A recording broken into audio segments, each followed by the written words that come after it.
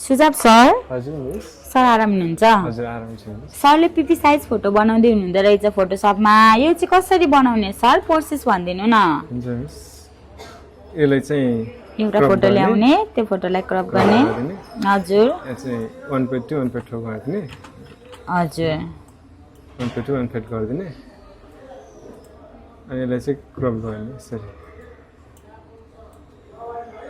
यसलाई आफूलाई कति राख्ने हो त्यही अनुसार क्रप गर्ने हजुर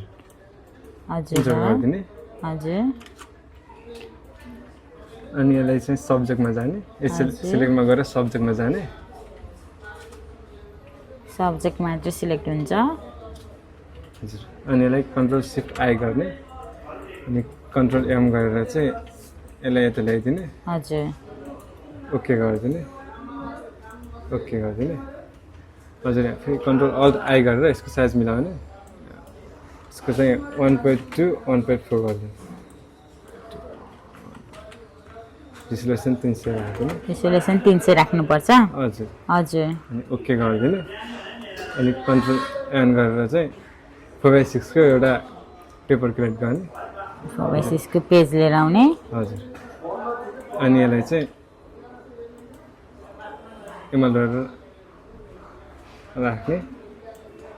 अनि आफूले स्ट्रोक हाल्ने यसलाई चाहिँ एफएक्समा गएर स्ट्रोकमा गएर साइज चाहिँ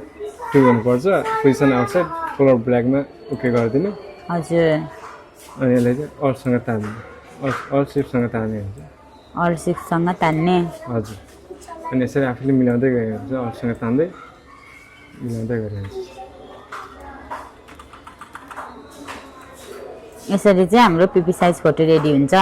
हजुर हुन्छ thank you so much sir miss